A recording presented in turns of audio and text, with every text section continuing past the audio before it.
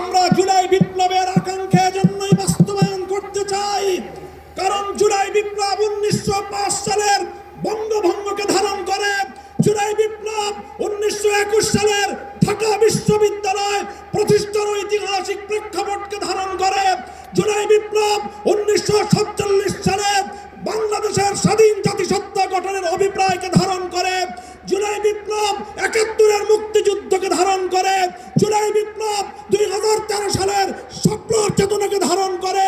জুলাই বিপ্লব 2024 সালের ছাত্র জনতার বৈষম্য বিরোধী আন্দোলনকে ধারণ করে। বক্তব্য রাখবেন, কর্মসূচি ঘোষণা করবেন আমিরে মজলিস আল্লামা মামুনুল হক। নারায়ে তাকবীর, নারায়ে তাকবীর, আল্লাহু আকবার। বাংলাদেশ খেলাফত মজলিস জিন্দাবাদ, জিন্দাবাদ। বাংলাদেশ খেলাফত মজলিস জিন্দাবাদ, জিন্দাবাদ। মামুনুল হক এগিয়ে চলো, আমরা আল্লাহ আছে আপনার সাথে। মামুনুল হক এগিয়ে চলো। রাহমাতুল্লাহ। আলহামদুলিল্লাহ ওয়া কাফা ওয়া সালামুন আলা ইবাদিহিল্লাযীনা ইসতাফা। আম্মা বাদ, ফাআউযু বিল্লাহি মিনাশ শাইতানির রাজীম। বিসমিল্লাহির রহমানির রহিম। ওয়ালা তাহসাবান্নাল্লাহা গাফিলান আম্মা ইয়া'মালুয যালিমুন। সাদাকাল্লাহুল আযীম। আজ 24 এপ্রিল 2026 ঐতিহাসিক সোহরাওয়ার্দী উদ্যানে আয়োজিত বাংলাদেশ খেলাফত মজলিসের ডাকে অনুষ্ঠিত গণভোটের রায় বাস্তবায়নের দাবিতে ঐতিহাসিক গণসমাবেশে উপস্থিত সংগ্রামী নেতৃবৃন্দ, বাংলাদেশ জাতীয় সংসদের বিরোধী দলীয় নেতা, বাংলাদেশ জামাতে ইসলামী ও 11 দলীয় ঐক্যের শীর্ষ নেতা জনাব ডাক্তার শফিকুর রহমান, উপস্থিত জুলাই বিপ্লবের অগ্রসেনানী জাতীয় নাগরিক পার্টির সংগ্রামী আহ্বায়ক, জাতীয় সংসদে বিরোধী দলীয় চিফ হুইপ জনাব নাহিদ ইসলাম, উপস্থিত বাংলাদেশের মুক্তিযুদ্ধের অন্যতম শীর্ষ নেতৃত্বের অধিকারী, রণাঙ্গনের মহানায়ক জনাব ডক্টর কর্নেল অলি আহমদ বীর বিক্রম, উপস্থিত 11 দলীয় অন্যান্য শীর্ষ নেতৃবৃন্দ, বাংলাদেশ খেলাফত মজলিসের নায়েবে আমির, যুগ্ম মহাসচিব বৃন্দ, মহাসচিব সহ অন্যান্য নেতৃবৃন্দ, সংগ্রামী বাংলাদেশ খেলাফত মজলিসের সর্বস্তরের নেতাকর্মী ও আমার প্রাণপ্রিয় দেশবাসী, আজকে ত্রয়োদশ জাতীয় সংসদ নির্বাচন এবং বাংলাদেশের চতুর্থবারের মতো সংগঠিত গণভোট অনুষ্ঠানের 3 মাসের মাথায় ঢাকার প্রাণ কেন্দ্রে আমাদেরকে গণভোটের রায় বাস্তবায়নের দাবি নিয়ে সমাবেশ করতে হচ্ছে। আমি মনে করি এটি বর্তমান ক্ষমতাসীন সরকারের জন্য লজ্জা এবং পরিতাপের বিষয়, তাদের জন্য একটি কলঙ্কজনক অধ্যায়।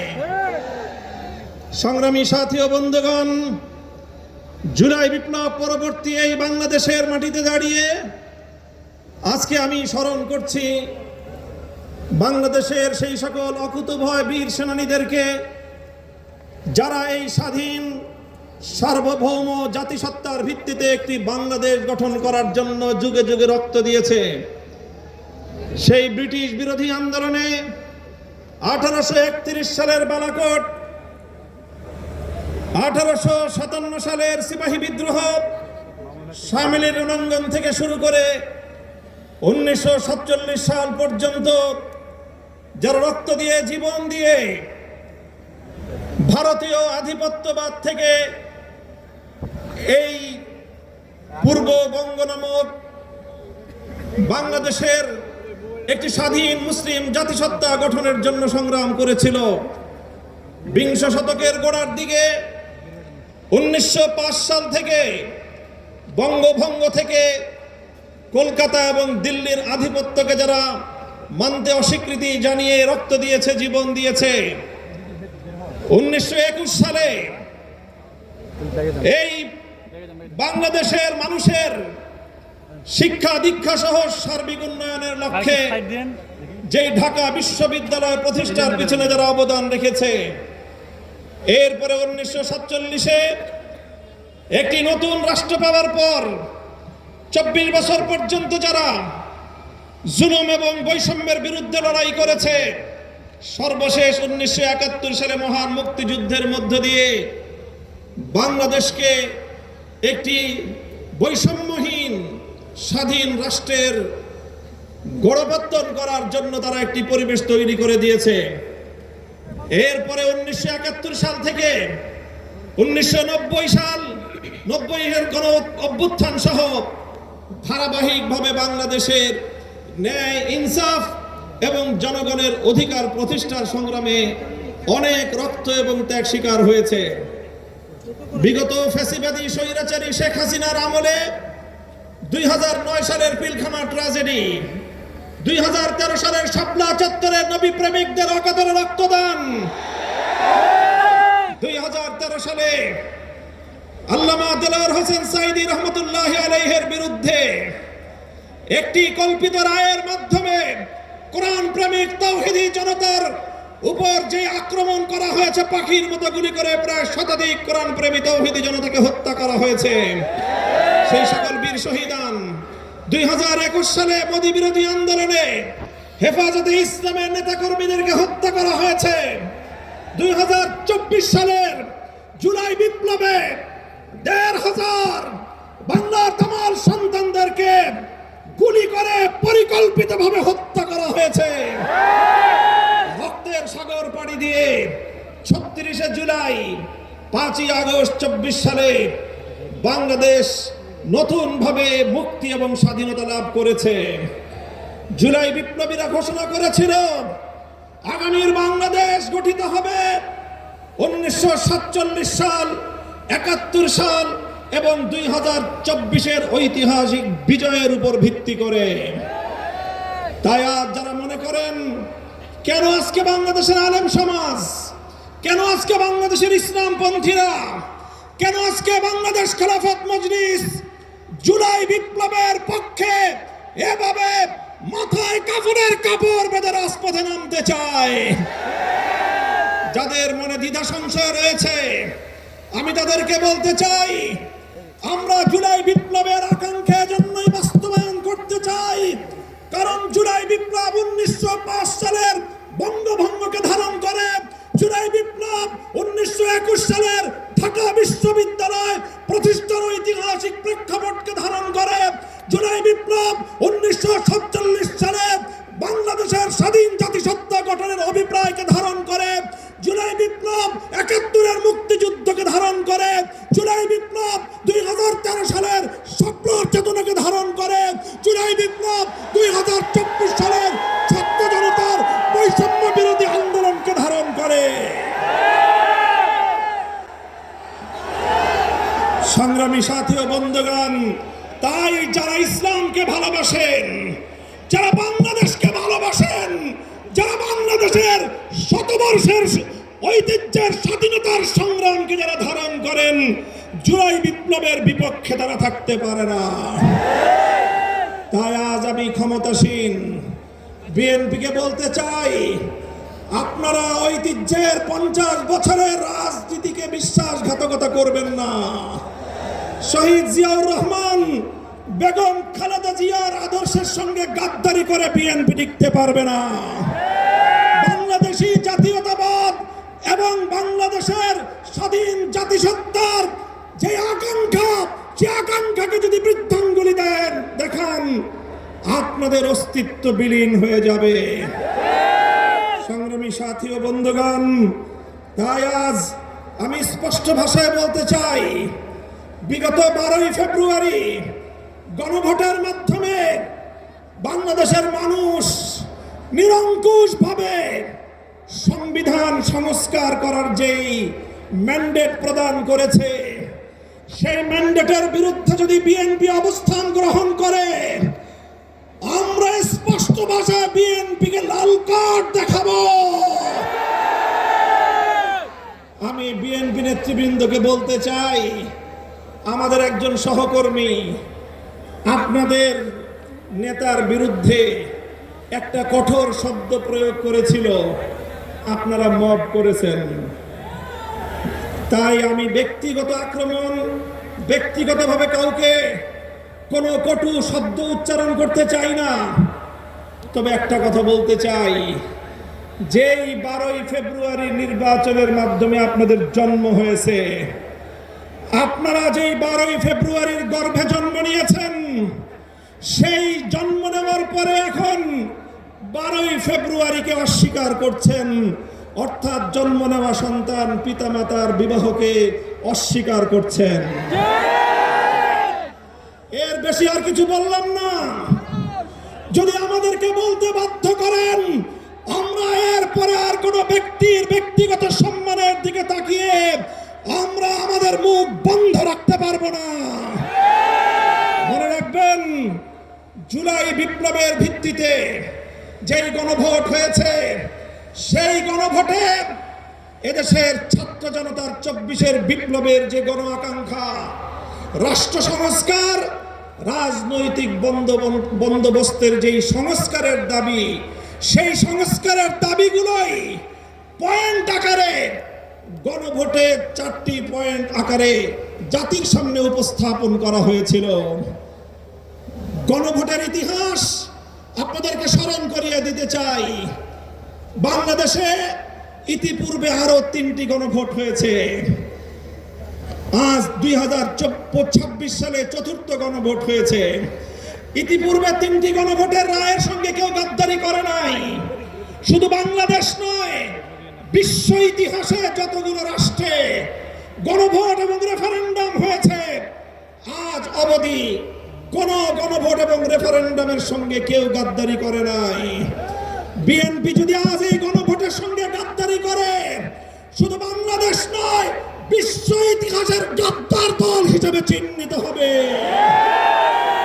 আমরা পরিষ্কার ভাষায় বলতে চাই, তাই গণভোটের রায় কার্যকর করার জন্য সংবিধান সংস্কার পরিষদ গঠনের যে ম্যান্ডেট বাংলাদেশের জনগণ দিয়েছে, সেই সংবিধান সংস্কার পরিষদ বাস্তবায়নের মাধ্যমে সংবিধান সংস্কার করে জুলাই বিপ্লবকে সংবিধানে ধারণ করতে হবে।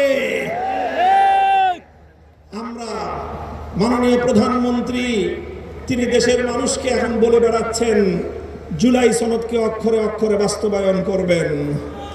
এটি আপনার একটি প্রতারণামূলক কথা। আপনারা জুলাই সনদ নয়, বরং আপনাদের নোট অফ ডিসেন্ট আপনারা বাস্তবায়ন করতে চান।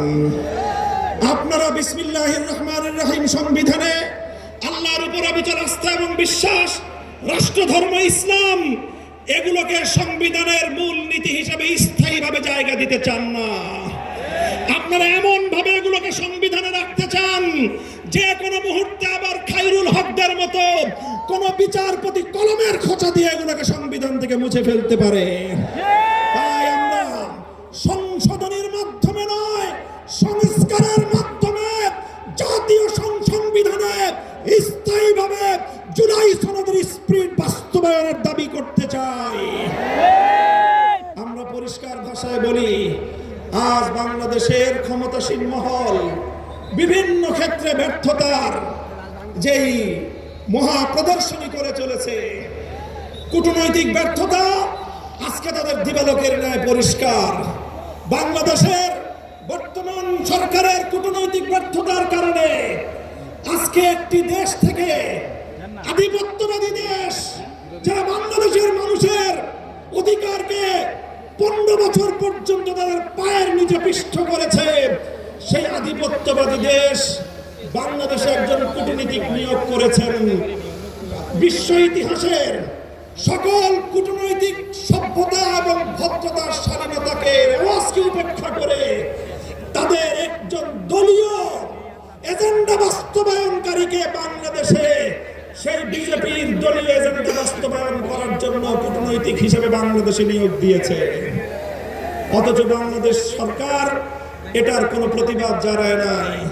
আমরা পরিষ্কার ভাষায় বলতে চাই, আমরা ভারত রাষ্ট্র এবং তার জনগণের সঙ্গে বাংলাদেশ সমতার ভিত্তিতে কূটনৈতিক সম্পর্ক স্থাপন করতে চায়। বাংলাদেশকে বিজেপির কোন দলীয় ফোরামে পরিণত করতে দেব না। বাংলাদেশের বর্তমান সরকারের কূটনৈতিক ব্যর্থতার কারণে হরমুজ প্রণালীতে বাংলাদেশের তেলের জাহাজগুলো বারবার আটকে যাচ্ছে।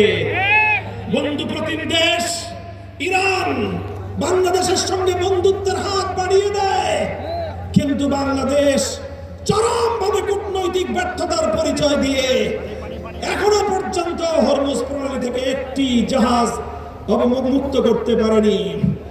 যদি আপনারা না পারেন, ব্যর্থতার দায় স্বীকার করে আমাদেরকে দায়িত্ব প্রদান করেন। আমরা হরমুজ প্রণালী থেকে বাংলাদেশের তেলবাহী জাহাজ মুক্ত করে বাংলাদেশের জ্বালানি সংকট নিরসনে ভূমিকা পালন করতে প্রস্তুত রয়েছে। আপনারা কি করবেন, কি করছেন? বাংলাদেশ ব্যাংকের গভর্নরের পদ দখল করেছেন। বাংলাদেশের গোটা ব্যাংক সেক্টরকে দুর্বৃত্তদের হাতে তুলে দিয়েছেন। এভাবে ব্যাংক সেক্টর থেকে আবার দুর্বৃত্তপনার মাধ্যমে বাংলাদেশটাকে আপনি ধ্বংস করার পায়তারা করছেন। আপনারা দুর্নীতি দমন কমিশন থেকে বিচার বিভাগ পর্যন্ত রাষ্ট্রীয় প্রতিটি প্রতিষ্ঠানকে দলীয়করণ করার পায়তারা করছেন। আমাদের আখেরি পয়গাম, বাংলাদেশ ইনশাআল্লাহ কোনদিন সেই একদলীয় বাকশালতন্ত্র অথবা বিএনপি তন্ত্রের যুগে ফিরে যাবে না। বাংলাদেশের শহীদ প্রেসিডেন্ট জিয়াউর রহমান যেভাবে বহুদলীয় ব্যবস্থা বাস্তবায়ন করেছে, সেই ব্যবস্থার রাজনীতি যদি করতে পারে বিএনপি টিকে থাকবে, অন্যথায় বিএনপি তার অস্তিত্বের সংকটে পড়বে। সংগ্রামী সাথী ও বন্ধুগণ, আমাদের আখেরি পয়গাম, যেভাবে গত দুদিন ধরে বাংলাদেশের বিভিন্ন শিক্ষাঙ্গনগুলোতে, ঢাকা বিশ্ববিদ্যালয় সহ বিভিন্ন শিক্ষাঙ্গনগুলোতে অস্ত্রের ঝঞ্ঝানি শুরু করেছেন, স্থানীয় ছাত্র নেতৃবৃন্দের উপর যেভাবে ছাত্রলীগের হেলমেট লীগের মতো ভূমিকায় অবতীর্ণ হয়েছে, এই ধারা যদি অব্যাহত থাকে এর দায় সম্পূর্ণ সরকারকে গ্রহণ করতে হবে। মব সংস্কৃতি বন্ধ করুন, দ্রব্যমূল্যের লাগাম টানুন। এভাবে রাষ্ট্রের প্রতিটি সেক্টরে বিরোধী দলের পক্ষ থেকে সহযোগিতার যে আহ্বান জানানো হয়েছে, সেই আহ্বানে সারাদিন ইনশাআল্লাহ আমরা সহযোগিতার ভিত্তিতে দেশকে এগিয়ে নিতে প্রস্তুত। কথা বলেন ঠিক কিনা? আমি আজকের এই বিশাল গণসমুদ্রকে লক্ষ্য করে আখেরি কথা জিজ্ঞাসা করতে চাই। এই কালো পতাকাটা নামান। আমি আপনাদেরকে বলতে চাই, আজ গণভোটের রায় বাস্তবায়নের জন্য বাংলাদেশ খেলাফত মজলিস যে ডাক দিয়েছে, এটি আমাদের সর্বশেষ কর্মসূচি নয়। আজ হলো আমাদের গণভোটের রায় বাস্তবায়নের জন্য কর্মসূচির যাত্রা শুরু। এই কর্মসূচি নিয়ে আমরা বাংলাদেশের প্রতিটি প্রান্তে প্রান্তে ছড়িয়ে যাব। আমি কর্মসূচি ঘোষণা করছি, আগামী 3 মাস, মে, জুন, প্রত্যেকটা জুলাই, বাংলাদেশের প্রতিটি জেলায় জেলায় গণভোটের রায় বাস্তবায়ন এবং দেশের অন্যান্য চলমান সংকট নিরসনের দাবিতে বাংলাদেশ খেলাফত মজলিস জেলায় জেলায় নাগরিক সমাবেশ করবার ঘোষণা দিচ্ছে। প্রতিটি জেলায় নাগরিক সমাবেশ বাস্তবায়নের পর 2026 সালের 36শে জুলাই, 5ই আগস্ট ঐতিহাসিক ঢাকায় বাংলাদেশ খেলাফত মজলিসের ডাকে গণমিছিল অনুষ্ঠিত হবে ইনশাআল্লাহ। কর্মসূচিগুলো আপনারা বাস্তবায়ন করবেন তো ইনশাআল্লাহ? আমরা আমাদের আবার আখেরি পয়গাম দিয়ে যেতে চাই,